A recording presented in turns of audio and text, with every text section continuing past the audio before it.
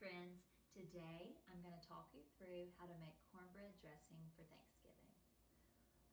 This year Thanksgiving is going to look a lot different for most of us. So if you're not going to mom's or grandma's and you're not the one who's been making the dressing, and yes, I said dressing, we're in the South, so it's dressing and not stuffing. But if you're not the one who typically makes the dressing, you might be a little intimidated. So I'm just going to show you the the standard ingredients, and my method. And this is just how my mom taught me. She's not very confident in her own dressing, but it always tastes good. So this is basically her method as much as I can get out of her. It kind of changes over time. I have been making it for the past few years because, like I said, she doesn't love hers and she likes mine. So now I'm going to show you what goes into cornbread dressing. First of all, the cornbread. I made 2 batches of cornbread in probably a 12-inch skillet earlier today. And then I let them cool and then just crumbled them up by hand. You don't want to do this in the food processor or anything like that because that would make it too fine. You want a little different texture. Notice there's some variation here. There's some larger clumps and then there's some fine pieces too, okay? And then I haven't always done this, but Mom says that she likes it with it. We don't use recipes very well in my family, so it's been fun to try to figure out these methods and actually write down amounts and things like that. So we're gonna add biscuits.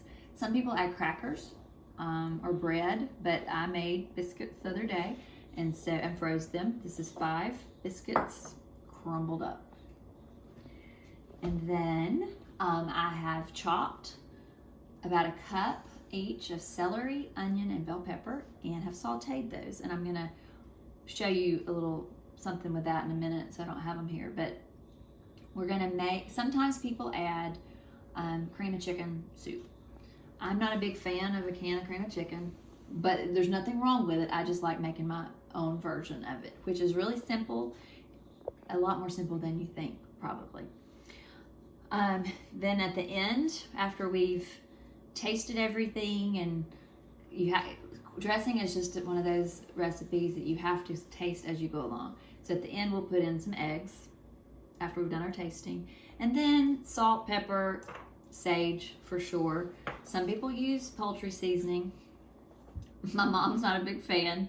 I know I keep saying that, but sometimes some of these things just carry over.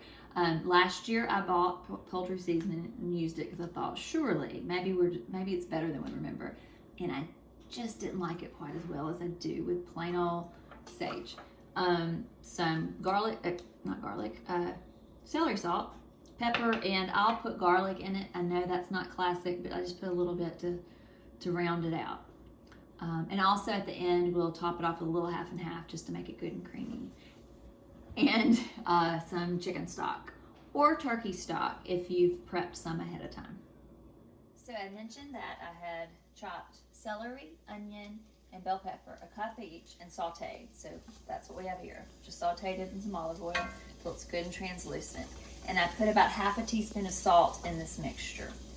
But this is what we're gonna make our cream of chicken out of. So if you're going to use a can of cream of chicken, just do this and add it to your cornbread. But so I have a little less than half a cup of all-purpose flour. I'm just going to sprinkle it on top of my vegetables. And actually, I probably used a little over a 1/4 cup. And then I just stir it around. What we're doing is cooking off the flour. We're not trying to brown it. It's just sort of soaking in. What that's going to do is thicken this mixture when I pour the stock in it. And true story, guys, I did make turkey stock.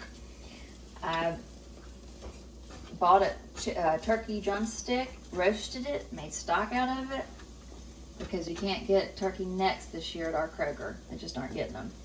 I made the stock in my Instant Pot.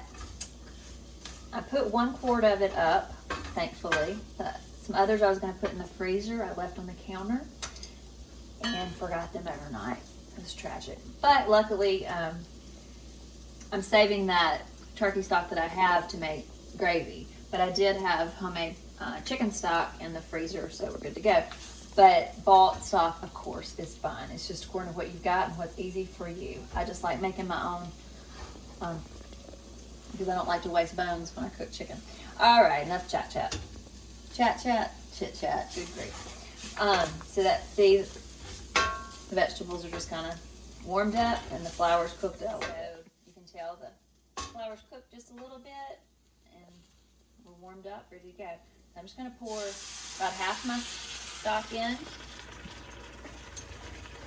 Stir it. You could use a whisk for this, but a spatula is just fine. See, it's already thickening up. You just stir it.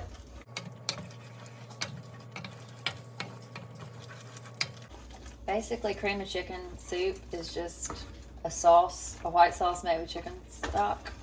So that's what we're doing. And see how that's really thick.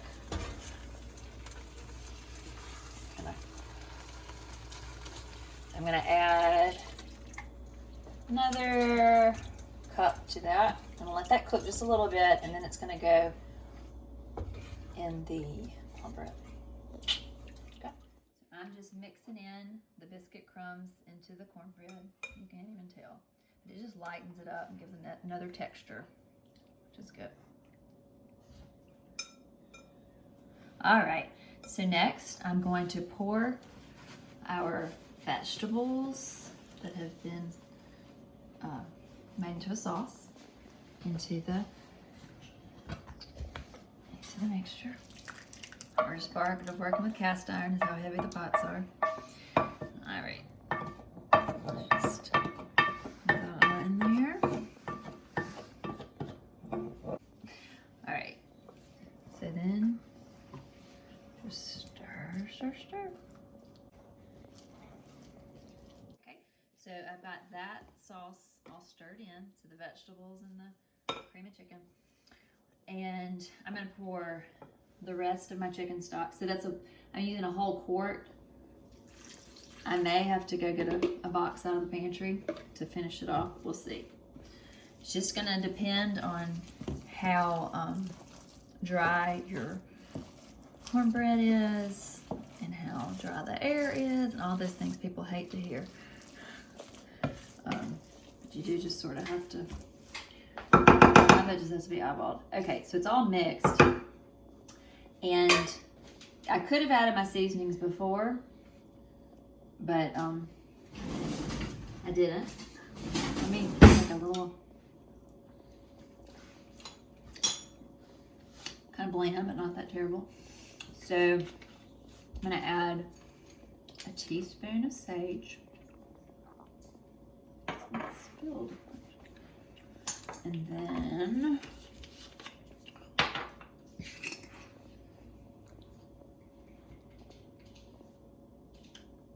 about a teaspoon of celery salt. Celery salt because I have it, and it'll add just a little extra flavor. Regular salt's fine. About a quarter teaspoon of garlic. And then let's do about 10 grams of pepper. Stir that up. Oh, geez, a little spoon. Let me get an even.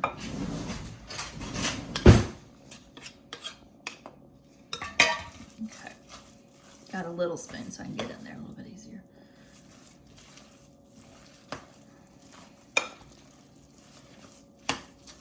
This is way too thick.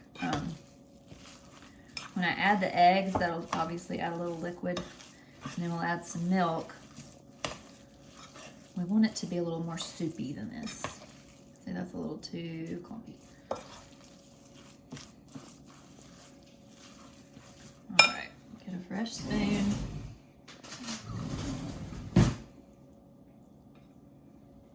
That's too big of a bite. Let's see.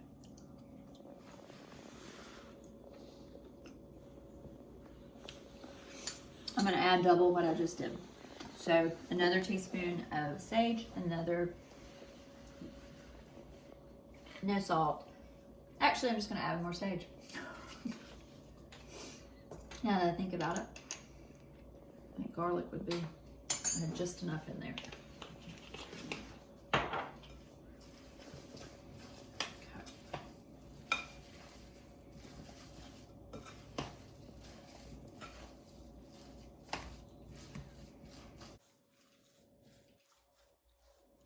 All right, so all of our seasonings are incorporated now. We're gonna add eggs. I'm just gonna add one at a time.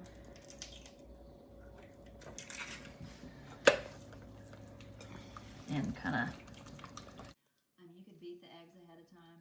Right before you pour them in, but you can also just do it in the bowl. And you don't have to get something else started. All right, so I added 3 eggs. That just adds richness. If you are running low on eggs, just do 2. But as we know how our Thanksgiving fridges get, that's it, we fly through eggs. So look, I'm just gonna incorporate this.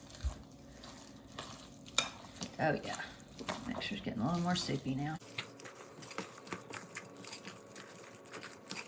Just kind of folding it. All right, I'm gonna add, I'll measure it for y'all. Let's try half a cup of half and half. If you have heavy cream, that works. If you have just whole milk, that works. I wouldn't use skim or anything like that though. What about buttermilk? No. Well, I said that very emphatically, but I do not think buttermilk would add any value to the... See, if you were really doing cream of chicken, it would have had some cream in it, so this is kind of doing that. And y'all, that looks really good. Because we know what it's going to taste like. I don't think that actually looks good. But okay, so now I'm just simply going to put the mixture into a casserole dish. Spray a little spray oil in it. This is probably overkill because I doubt it would stick, but you never know. And just put it in there. Dressing can be made weeks ahead, months ahead probably, and put in the freezer. And I'm not cooking this today because this is our Thanksgiving dressing and I'm about to stick it in the freezer after it cools off. So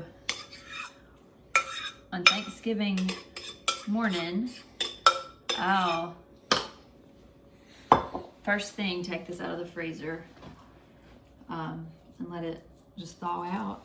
Once it's thawed, it'll go uncovered in the oven, probably at 350.